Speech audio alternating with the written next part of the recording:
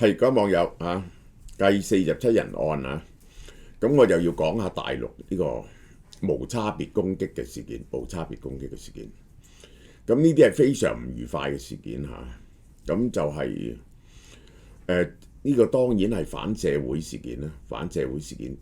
咁但係近呢幾個月喺大陸係非常之嚴重嚇。我哋睇睇過去發生嘅事件先。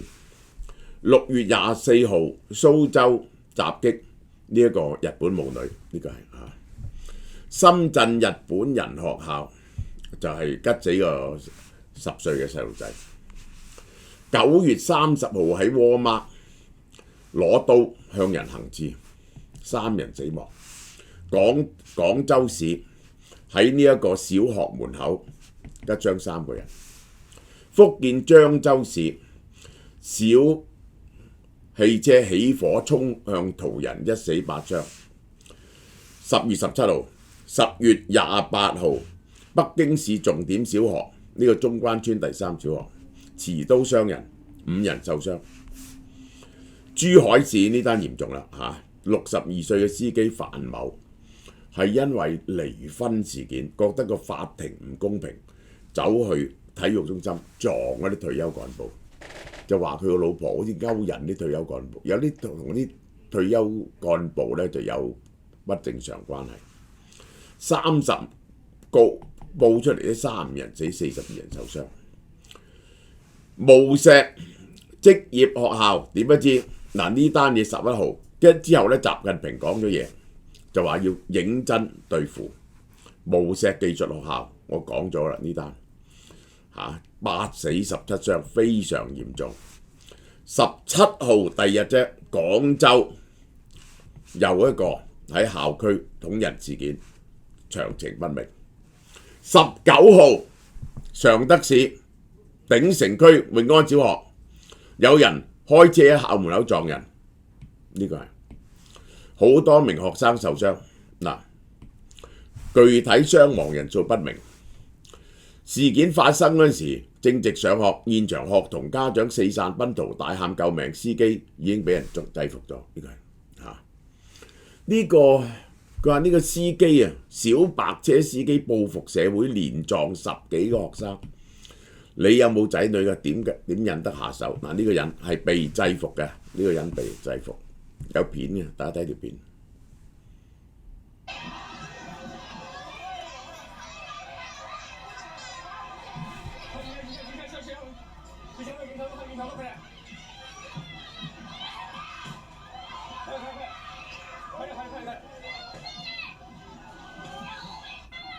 救命！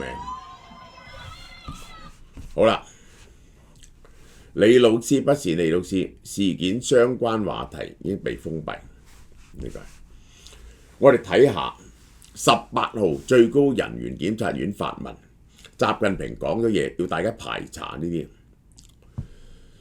即係最大鑊嘅咧，而家去到咁密咧，我係覺得係有傳染力啊，因為咧就係你始終冇辦法冚住啊。咁有好多人咧就學，有好多人就學，咁於是咧一模仿起上嚟咧就大鑊。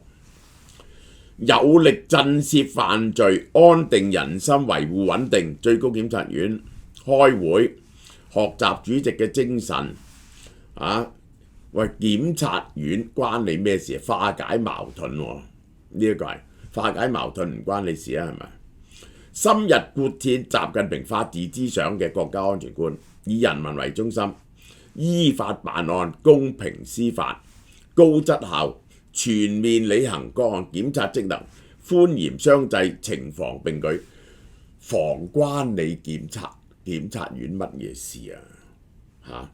依法從重從嚴從快懲治惡性犯罪，震懾犯罪，其實就係重嚴快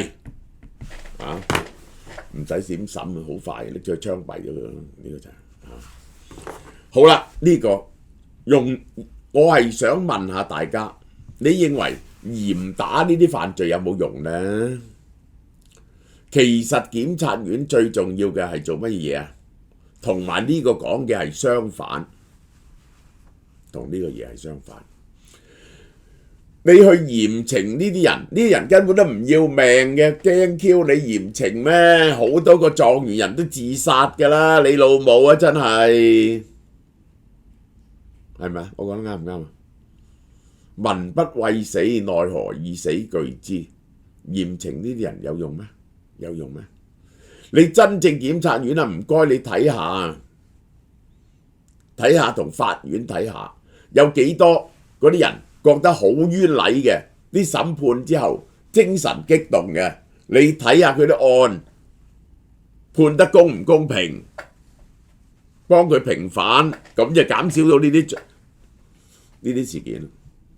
唔知幾多係因為判案唔公平，谷住道氣做嘅。我話俾你聽，珠海嗰單嘢咪咁啊，因為單離婚案，幾單都因為判案唔公平。你從嚴有乜用啫？呢啲人都判死嘅，真係。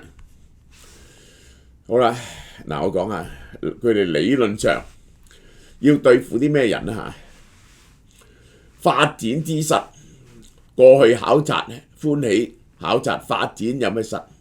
發展之變係咪發展之疾呢？呢個係呢個投資失敗、生活失業、呢一個心態失衡、關係失和、精神失禁5種人。呢5種人啊，如果真係要揾啊，社會上有幾多呢？呢個就係4無5失，呢個就係上述種種訊息顯示，可能全面排查4無5失，緊急摸底。習近平講嘅嘢撲出嚟。揾呢啲4無5失人，個問題就係4無5失人有幾多啊？哦，犀利咯，1億啊！咁你係咪每個人揾幾個人跟住佢，等佢唔好犯案啊？呢個係還是每個失業嘅人你揾份工俾佢做啊？呢個係政府有作為，有需要，係氣氛較寬鬆。唔係加大管控同排查，你而家就加大管控同排查，呢個係唔好壓制消息流通，民眾獻花都被清除。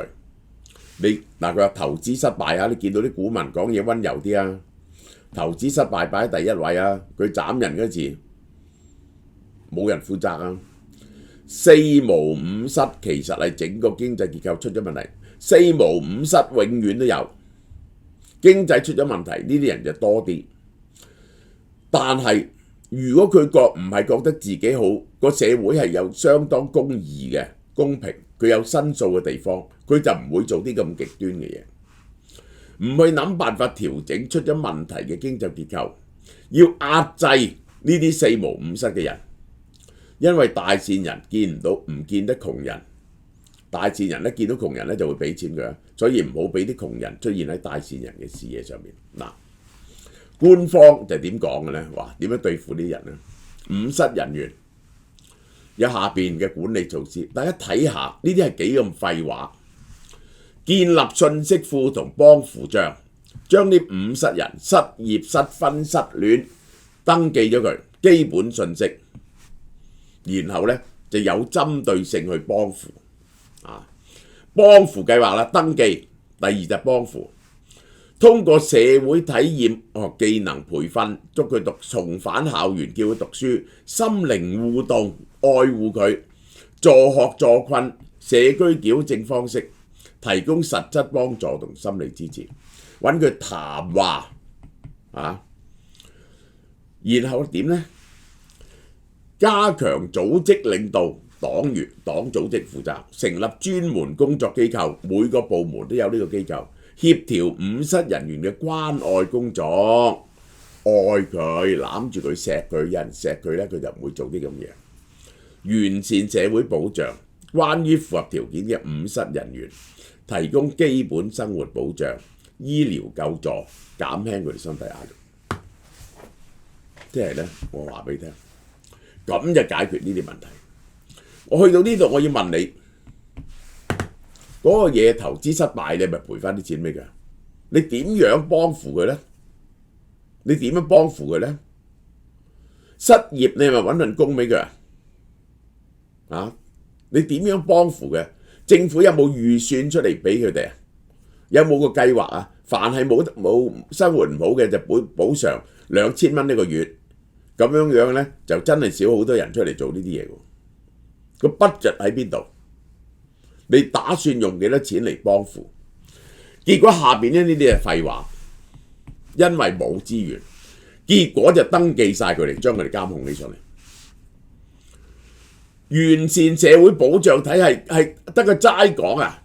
加強社區建設服務，提供更多嘅社會支持同服務，好心你講下啦，你都唔怕醜嘅，真係一講呢啲就要講點樣落實㗎嘛？呢個係推動社會正義喎，減少不平等現象。乜嘢叫社會不平等現象？就係啲人打工出唔到糧，嗰個學生係嗰啲好多人就係俾嗰啲共產黨員官員壓榨好多，同地方政府做嘢收唔到錢。加強心理健康，學校社區心理健康教育，靠呢啲咁樣嘅心靈雞湯，要注重個層面嘅具體幫扶措施喂，佢失戀喎，整條女俾佢。關注社會層面嘅環境改善同制度建設，呢個就係呢啲係邊個負責㗎？社會層面嘅環境改善，要個經濟改善，要嗰啲人可以呢一個有乜嘢受到唔公平，可以出嚟申訴，有人理佢，而唔係壓制。邊個要負責？邊個要負責？你係咪做緊呢啲嘢？呢個係實際上係點呢？結果冇啊嘛，嗰啲資源，地方政府糧都冇得出啦，仲要幫扶啲人，你有冇搞錯啊？好啦，佢哋做嘅嘢，一下動員令，各地公安局、派出所、居委會、婦聯、民政局維穩辦，用文革式嘅社會運動形式，label咗呢個第幾樓第幾時，有冇誤失人員？你有冇失業？你有冇投資失敗？你有冇失戀？你有冇離婚？莫名其妙要求被填表，哇！被標籤為誤失人員，呢個大鑊啦！好似當時反黑五類咁樣，地庫反壞右，登記咗在冊，傳召你去機委會交代，你想唔想斬人？你會唔會用架車？你有架車，你會唔會撞人？對於盤問審犯式嘅劃分同埋關心，將你分類，一有可疑嘅，其實就係警告你。民眾極為憤怒同不滿，紛紛造成民怨，結果係造成更大鑊嘅民怨。嗰嘢本來唔想做，俾你搞咗幾日，好猛，終於做咗出嚟。決策連環錯，將責任推卸民間，防民變嘅文革運動繼續滋擾民眾。呢個就係不少網民指自己被約談時呢，當你係犯罪咁召去派出所。當你一講2023年疫情忽然之間放寬，導致家人感染離世有抑鬱，或者話政府干預經濟搞死自己嘅行業造成失業，股票輸光身家導致離婚，突然延遲退休導致退休計劃大亂。你一講呢啲嘢，話政府唔好，就俾公安居委維穩人士大聲喝：唔好嘈啊！你講啊，你講乜嘢？警告毒威嚇，即刻拉你坐監。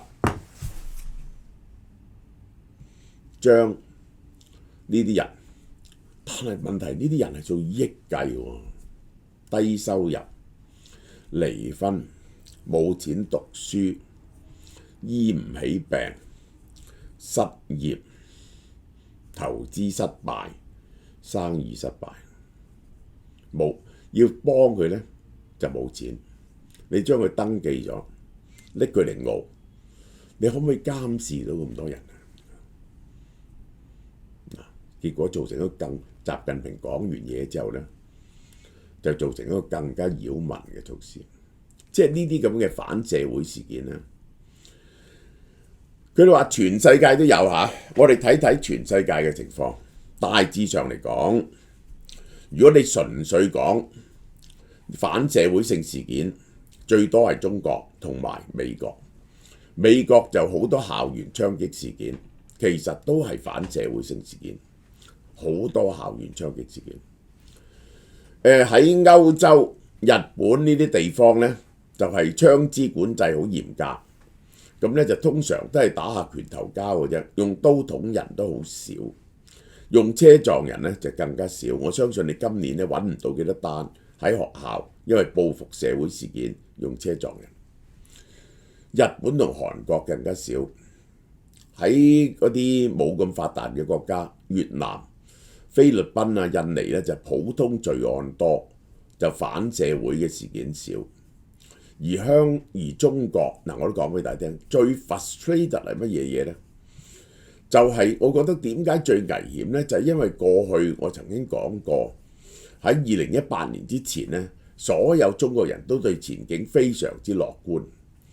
而由呢個2020年疫情開始到而家呢幾年，係將啲人呢就磨到呢，所有人都覺得自己前途冇希望，讀完咗書又揾唔到嘢做，係失業啲後生仔嚇，受咗高等教育，然後揾唔到份高級嘅工，要佢去做體力勞動呢個嚇，而社會非常之不公。